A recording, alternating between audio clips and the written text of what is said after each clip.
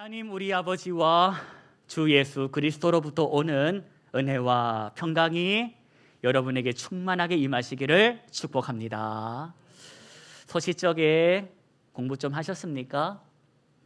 학창 시절에 역사 공부 좀 열심히 하셨습니까? 제가 오늘 여러분께 역사 문제를 하나 드릴 터이니 이거 내가 안다 하는 분들은 손들지 말고 크게 이야기하시면 됩니다. 1866년이 병인년이었습니다. 1866년 병인년에 미국의 무역 상선이 대동강 하류에 등장했습니다.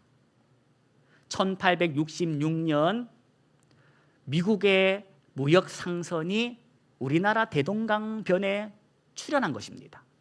자, 그 배의 이름을 아시는 분?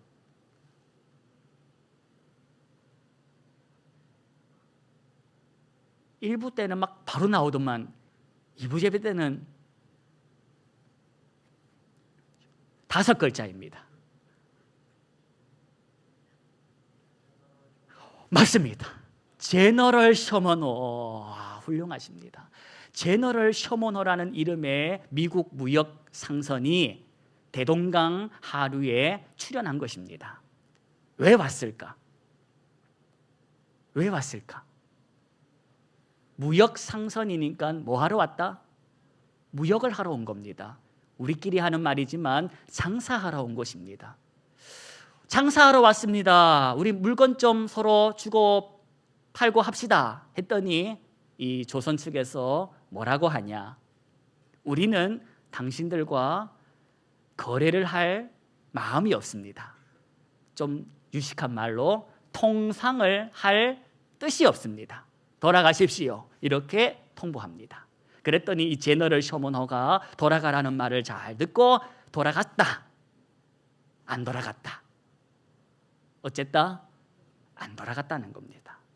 오지 말라는데 자꾸 대동강을 따라서 사람들이 많이 사는 평양 쪽으로 올라오더라는 겁니다. 문제는 곱게 올라오면 좋겠는데 이들이 강을 따라서 올라오는 동안에 크고 작은 마을을 지날 때마다 거기서 물건을 빼앗고 수탈과 약탈을 해가면서 왔다는 것입니다. 그러니까 이 조정에서 좋아했겠습니까? 돌아가라고. 좋은 말로 할 때 돌아가라고 이렇게 말로 하고 때로는 가서 단판을 짓는데 그렇게 찾아온 조선 측의 장군, 우리 지금 수준으로 치면 3스타, 그 3스타 장군을 이 제너럴 셔먼호에 타고 있던 승무원들이 납치하고 인질로 삼아버립니다. 자, 그랬더니 그 장군님을 구출하기 위해서 부하 장수들과 백성들이 그 배를 찾아와서 장군님을 데려가려고 그 하는 동안 무슨 일이 일어났을까? 충돌이 일어난 겁니다. 그날이 바로 159년 전 오늘이다. 1866년 8월 31일 날 인질로 잡혀있는 군인을 구출하기 위해서 조선 측과 제너럴 셔먼이 미국 측과 충돌이 일어난 겁니다. 당시 이 배는 군함이 아니었습니다. 무역을 하기 위해서 만들어진 무역선이었습니다. 그런데 이 배에는 대포가 있었고 총이 있었다는 겁니다. 그 가진 대포하고 총으로 어쨌냐? 쏴대다는 겁니다. 여러분, 대포에 맞으면 사람이 어떻게 되는 줄 아십니까? 멀쩡합니까? 죽습니까? 맞아보셨습니까?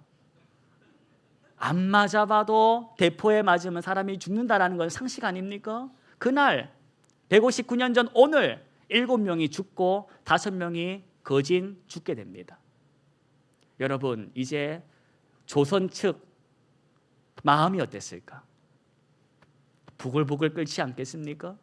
그래서 평양 군수, 그 군수가 조정에 장계를 올립니다. 지금 이러이러합니다.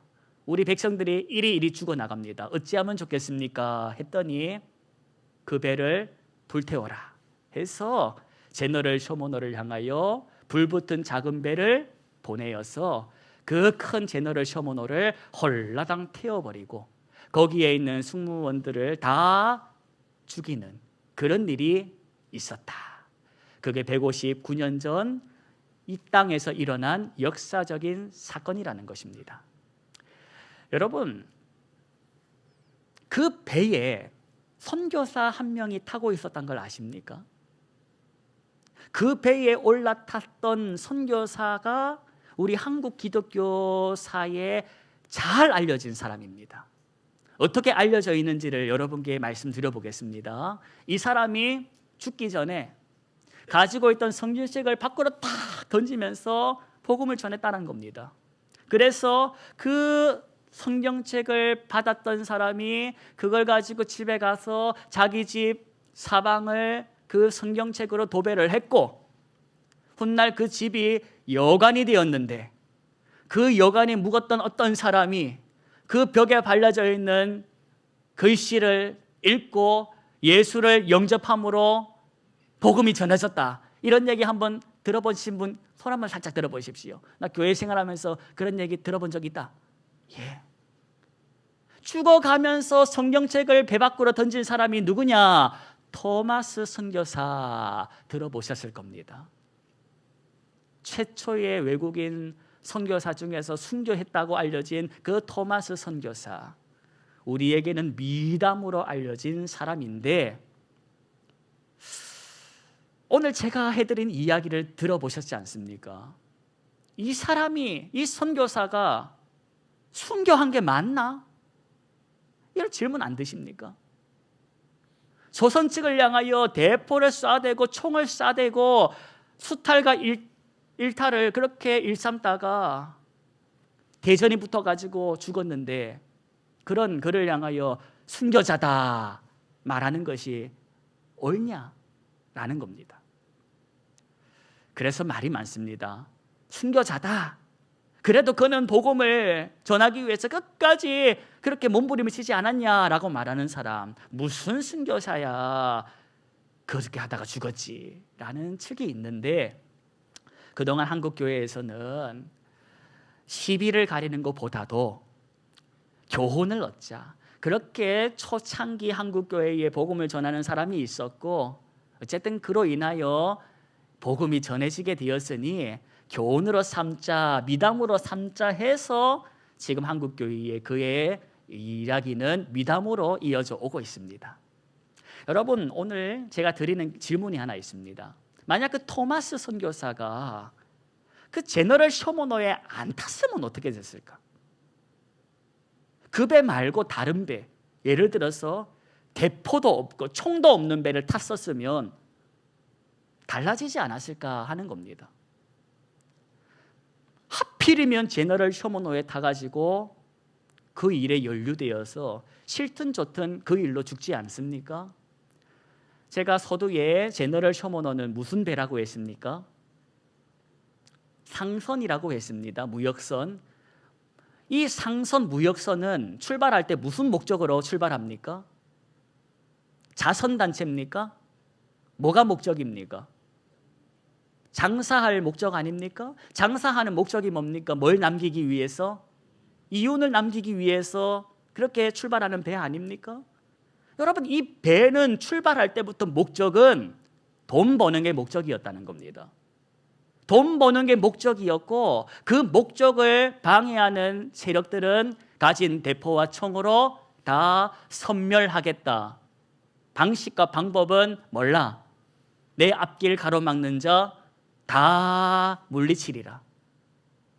여러분, 그 배에 타지 않고 그가 만약에 돈 버는 목적이 아니라 다른 목적, 관광이라도 좋아, 복음까지는 바라지 않겠어, 관광이라도 그게 돈이 아닌 다른 목적으로 출발하는 배를 탔었으면, 그래서 무기도 없고 남을 해야 할 아무것도 없었으면 그렇게까지 되셨을까라는 생각을 해보는 것입니다. 여러분, 오늘 마주한 본문은 뭡니까? 무슨 성경입니까? 히브리서입니다. 이 히브리서는 어떻게 해서 쓰여진 책이냐? 초창기 기독교 공동체가 신앙생활 하는 데 있어서 우리가 생각하는 그보다 힘들었다는 겁니다. 비유로 말씀드립니다. 기독교인이라는 이유 하나만으로 남들보다 세금을 2배로 띄었다 생각해 보십시오. 그래도 신앙생활 하실 겁니까? 다른 사람은 2.4% 내는데 나는 24% 내면 그래도 교회 다닐 겁니까? 초창기 기독교 교회 공동체는 예수 믿는다라는 이유 하나만으로 어딜 가도 왕따를 당하고 어딜 가도 취업도 안 되고 심지어 목숨까지 위협받는 일에 놓였다는 겁니다. 그러니 믿다가 현실적인 문제 앞에서 타협하고 어디로 돌아가냐? 옛날 믿던 종교, 유대교로 돌아가는 사람들이 많이 생겼다는 겁니다. 기독교 믿으면 만사가 형통할 줄 알았는데 사업도 잘 되고 잘 나갈 줄 알았는데 이게 기독교를 믿고 예수를 믿으니 수입도 줄고 친구도 없고 힘들다는 겁니다. 그래서 나 그냥 다시 전에 믿던 유대교로 돌아갈래. 비슷한 거 아니야? 뭐 하나님이 똑같이 하면서 돌아갔다는 겁니다. 그런 사람들이 교회 안에 생겨날 때에 히브리서의 기자가 뭐랍니까? 돌아가지 말라는 겁니다. 돌아간다고 좋은 게 아니고 예수가 진짜라고, 예수가 진짜라고 그렇게 피 터지게 말했던 것이 히브리서의 성경 이야기라는 겁니다. 그래서 히브리서는 격려하고 독려하고 위로하는 그런 이야기들이 많이 있습니다. 오늘 13장이 마지막 장인데 1절을 보십시오. 1절에 뭐라고 되어 있습니까? 제가 읽어드리겠습니다. 여러분 눈으로 보십시오. 형제 사랑하기를 어째라? 2절을 보십시오. 손님 대접하기를 어째라? 이런 말을 왜 했을까? 잘 하고 있으면 이런 말 하겠습니까? 밥 좀 먹어라, 밥 좀. 밥 잘 먹으면 이런 소리 하겠습니까? 한 숟가락 뭘 먹고 동네방네 놀다 오니까 밥 좀 먹어라 하는 거 아닙니까? 형제 사랑하기를 하다 마니까, 손님 대접하기를 잊어버리니까 하라는 겁니다. 여러분, 형제 사랑하고 손님 사랑하고 뭐가 다를까? 한번 생각해 보십시다. 형제 사랑은 뭐고 손님 사랑, 같은 말로 이웃 사랑은 뭘까? 차이를 아시겠습니까? 제가 비유로 말씀드리겠습니다. 형제 사랑이란 우리 교회에 등록한 성도들이 형제, 자매고, 우리 교회에 등록하진 않았지만 오늘 예배드리러 오신 분 있지 않습니까? 그분들이 손님이다. 이해되십니까? 형제란 예수를 믿는 주 안에서 하나된 형제, 자매를 말하는 것이고, 손님이란 하다 보니 내가 다른 동네 가가지고 예배드리는 사람을 포함해서 바깥에 있는 사람들, 그런 사람들이 손님이라는 것입니다. 오늘 말씀 보니까 형제 사랑하기를 어째랍니까? 계속하랍니다. 우리 교회 식구들이 있는데 이 식구들끼리 서로 사랑하는 일을 한두 번 하다가 포기하지 말고 계속 믿음의 식구들을 사랑하는 일에 힘쓰라는 겁니다. 그리고 손님 대접하기를 잊지 말라는 것은, 오늘 보니까 우리 교회에 예배드리러 오신 분들이 계시는데 이 손님들을 잘 대접하라는 겁니다. 혹시 오늘 교회에 오신 우리 손님들 중에서 내가 교회에 들어가는데 어디서 오셨습니까? 전화라도 하고 오셨습니까? 전화 안 하고 오시면 곤란하지요. 왜 전화를 안 하고 오셨습니까? 전화하고 오십시오. 이런 식으로 말했으면 여러분 어떤 마음이었겠습니까? 뭐 이런 교회가 다 있어? 라고 생각하신 분 계시지 않겠습니까? 왜 처음은 여러분들을 여기 앉으세요, 예배 마치시고 4층 가서 식사하고 가세요, 이런 말을 왜 할까? 말씀 따라서 하는 겁니다. 손님 대접하기를 어째랍니까? 잊지 말라는 겁니다. 우리 교회 손님이 오셨지 않습니까? 오셨으니까 환대하는 겁니다. 여러분, 한 달 전쯤에 제 아브라함 얘기를 하면서 아브라함이 자기 집 지나가는 사람들을 환대했다고 말씀하지 않았습니까? 그때 환대란 무슨 뜻이라고 했습니까? 뭘 내어준다? 예.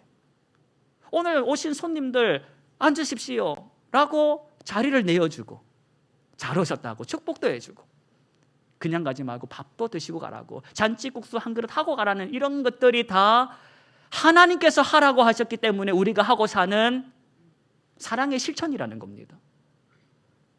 여러분들이 예쁜 분들만 와가지고 잘해드리는 게 아닙니다. 하나님의 말씀을 따라서 우리 교회가 식구들이 그 말씀에 순종하는 것입니다. 여러분, 기분 따라 사는 사람이 있고 말씀 따라 사는 사람이 있습니다. 말씀 따라서 사는 사람을 뭐라고 부르는지 아십니까? 예, 말씀 따라서 사는 사람을 그리스도인이라고 합니다. 같은 말로 성도라고 합니다. 기분 따라서 사는 사람을 그리스도인이라고 말하지 않습니다. 기분은 본능이고 가르쳐 주지 않아도 하고 삽니다. 하나님의 사람, 성도는 하나님의 말씀대로 사는 삶을 훈련하는 사람들입니다. 그래서 그 삶을 신앙생활이라고 하고, 신앙생활이란 하나님의 뜻대로 사는 삶을 의미하는데, 여러분 신앙생활하고 있는지를 오늘 한번 여쭤보겠습니다. 오늘 이 시간에 컨디션이 좋아서 오신 분, 기분이 좋아서 오신 분, 그런 분들은 잘못 오신 겁니다. 왜? 컨디션 안 좋거나 기분 나쁘거나 하면 안 올 거 아닙니까? 기분 따라 신앙생활하는 수준에서 말씀 따라 신앙생활하는 수준으로 우리는 자라가야 합니다. 그 자라감의 과정 속에서는 성장통이 있습니다. 무릎이 너무 아픕니다. 자다가도 웁니다. 무릎이 너무 아프다고. 그러면 어른들이 뭐라고 합니까? 왜 무릎이 아프다고 합니까? 뭐 때문에? 키 큰다고. 너 키 클래? 안 아플래? 여러분 신앙생활, 예수님이라는 그 방향성을 가지고 자라가야 합니다. 자라가는 과정은 아픕니다. 그러나 그 아픔은 저와 여러분을 건강하게 하는, 성숙하게 하는 아픔이니까 그런 건 환영하십시오. 거부한다고 해서 거부하면 안 자랍니다. 오늘 이 말씀이 누군가에게는 부드러운 말씀일 수도 있고 누군가에게는 부담스러운 말씀이 될 수도 있습니다. 이 교회라는 곳이 오면 무조건 잘해주고 좋아해주고 그렇게 이렇게 해줘야 되는데 그런 소리는 하지 않고 언제까지 이렇게 할 겁니까? 오늘 이 말씀, 들려오는 말씀, 특별히 부담스러운 구절 있지 않습니까? 5절을 보십시오. 뭘 사랑하지 말랍니까?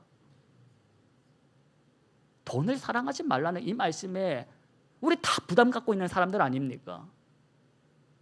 부담된다고 이 말씀만 건너뛰고 읽을 겁니까?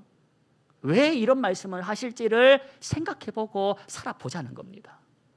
여러분 오늘 1절, 2절만큼은 확실하게 이해하셨을 거라고 생각합니다. 형제 사랑하기를 계속하고 손님 대접하기를 잊지 말라 하시는 이 말씀은 하나님께서 나에게, 저와 여러분에게 하라고 하신 하나님의 뜻이다. 그러니 우리 그 뜻대로 살아야 한다. 한두 번 사랑하다가 안 되겠어, 나랑 안 맞아, 저 집사님은 아무래도 나랑 안 맞는 것 같아, 저 집사님 1부 예배 드리면 나는 2부 예배 갈래. 그렇게 살지 말자는 겁니다. 그분이 가는 천국 가라, 내가 가는 천국이 다른 것입니까? 저분의 하나님이 나랑 하나님이 다른 분입니까? 저와 여러분이 지금은 여기서 형제로 있지만 살다 보면 1년에 한두 번은 우리도 다른 도 가가지고 예배 드리지 않습니까? 우리도 손님일 때가 있다. 그 역지사지 하나님의 입장으로 생각하고 동시에 저 사람의 입장으로 생각해보는 삶을 1, 2, 3, 4절 살아라는 것입니다. 여러분 5절로 가보십시다. 5절 말씀, 돈을 사랑하지 말라는 말씀, 이 말씀은 가르쳐주지 않아도 돈을 사랑하더라는 겁니다. 그리고 세상에서는 그리 가르치더라는 겁니다. 돈이 많아야 해. 나중에 늙고 병들면 누가 널 지켜주겠어? 돈이라도 있어야지 병원도 가지. 돈이라도 있어야지 자식한테 전화라도 오지. 돈이라도 있어야지 어디 가서 대접받지. 이 세상 논리 아닙니까? 근데 그 돈이라는 게 움켜쥔다고 이게 보존됩니까? 여러분, 열심히 2천만 원 모으면 뭐합니까? 교통사고 한번 딱 당해가지고 합의금 물어주면 3천이 나가는데, 희한한 사람 만나가지고 들어놓고 말도 안 통하고. 오늘 이 5절 말씀, 돈을 사랑하지 말고 있는 바를 촉하라는 이 말씀, 이게 누구 뜻이라는 겁니까? 예, 저와 여러분의 하나님의 뜻이라는 겁니다. 그러면서 하시는 말씀, 너가 불안해서 그렇지 불안해하지 마. 친히 주님께서 저와 여러분을 버리지 않고 떠나지 않으시라고 5절에서 말씀하셨습니다. 이 말씀을 붙들고 살자는 겁니다. 서두에 말씀드렸던 토마스 선교사, 그가 그 배에 타지 않았다면 얼마나 좋았을까? 처음부터 복음을 위해서 출발하는 복음의 전함을 탔었으면 얼마나 좋았을까? 뭐가 그리 급하다고 그 배에 올라타가지고 그렇게 사람들을 수탈하고 약탈하는 그 일에 연루되어 가지고 그리 죽었나? 그 얘기를 오늘 드렸습니다. 동시에 이제 우리를 돌아봅시다. 여러분 타고 있는 배는 목적이 뭡니까? 여러분이 타고 있는 배는 목적이 뭐냐는 겁니다. 우리가 흉을 보고 있지만 똑같이 내가 타는 이 배도 돈이 목적이 되어서 항해하는 배가 아니냐. 있을 땐 여유로 없습니다. 넉넉할 때는 인심이 좋습니다. 그러나 사고를 만나고 쪼들리면 본성이 나오는 겁니다. 편안할 때 예배 누가 못 드립니까? 다 드리지. 그런데 현실적으로 딱 한 시간만 좀 봐줘. 사람이 없어서 그래. 딱 한 시간만 봐줘. 30만 원 줄게. 현실적으로 생각해 보자는 겁니다. 딱 한 시간 알바 뛰면 30만 원. 거기에 나는 자신 있어. 나는 유혹되지 않아. 그럴 인생이 있습니까?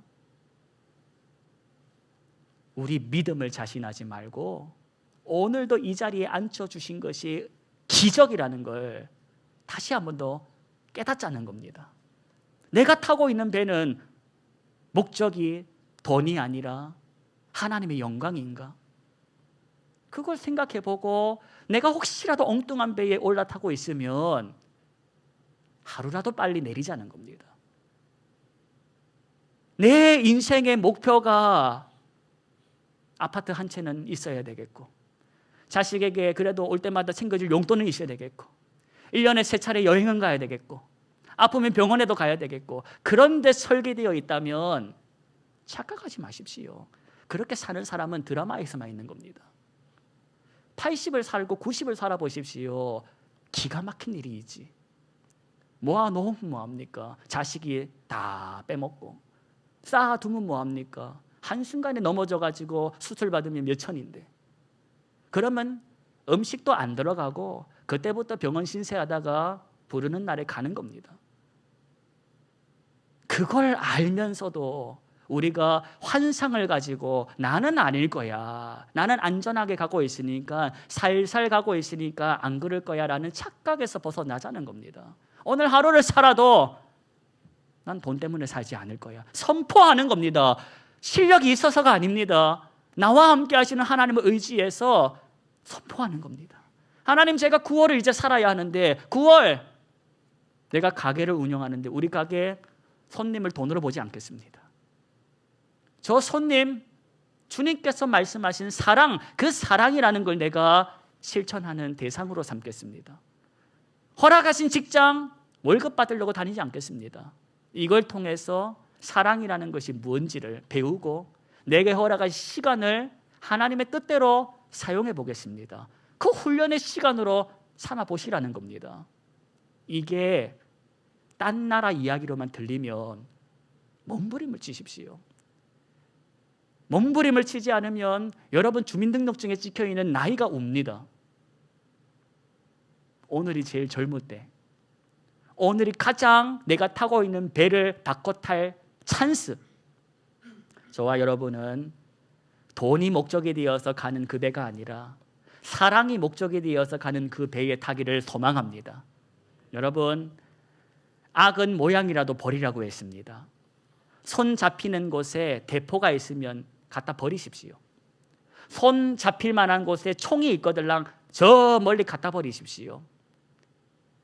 손 잡히는 곳에 뭐가 있는지를 살피십시오.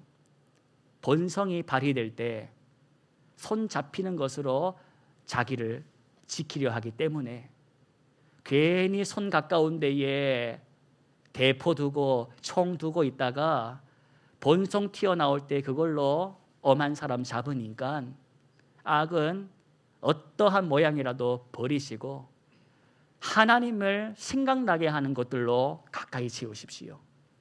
여러분, 우리 중에는 교회에 등록한 우리 형제 자매들도 계시고 또 손님으로 찾아오신 분들도 계십니다. 어쩌다가 이벤트가 있어서 손님으로 찾아오신 분들은 이해합니다만 계속 손님으로 살고 계시는 분들이 혹 계신다면 그건 이제 그만하십시오. 인생이라는 배를 타고 가는 데 있어서 혼자 힘 가지고는 힘들기 때문입니다. 가다가 힘들면 힘내라고 말 한마디 해줄 만한 신앙의 벗이 있습니까? 기도 제목 생기면 이거 누군가에게 좀 부탁해가지고 기도 좀 요청하고 싶은데 문자 보낼 만한 그런 믿음의 지인들이 있습니까? 있으면 다행인데 허구한 날 손님으로 살다 보니까 주변에 아는 사람은 없고 결말은 늘 안 좋고 돌아보자는 겁니다. 신앙의 벗을 사귀는 일에 힘쓰십시오. 그 신앙의 벗이 믿음의 배를 타고 가다가 자빠진 나를 건져주고 도와주고 기도해 주는 것입니다. 인생 힘듭니다. 세상의 물결 따라 가는 것은 쉬우나 세상 물결과 거슬러서 노를 젓는 것은 무지막지하게 힘듭니다. 팔이 떨어져 나갑니다. 한순간도 발을 놓으면 저 멀리 떠내려가 보기 때문입니다. 그래서 함께 노를 젓는 사람들이 필요한 겁니다. 함께 노저을 만한 사람들을 사귀십시오. 건강하고 거룩하게 그 사귐이 있으시기를 축복합니다. 가을에는 기도하자고 했습니다. 그리고 가을에는 기울이자고 했습니다. 그리고 가을에는 기대하자고 했습니다. 오늘 그 마지막 가을에는 기억하십시다.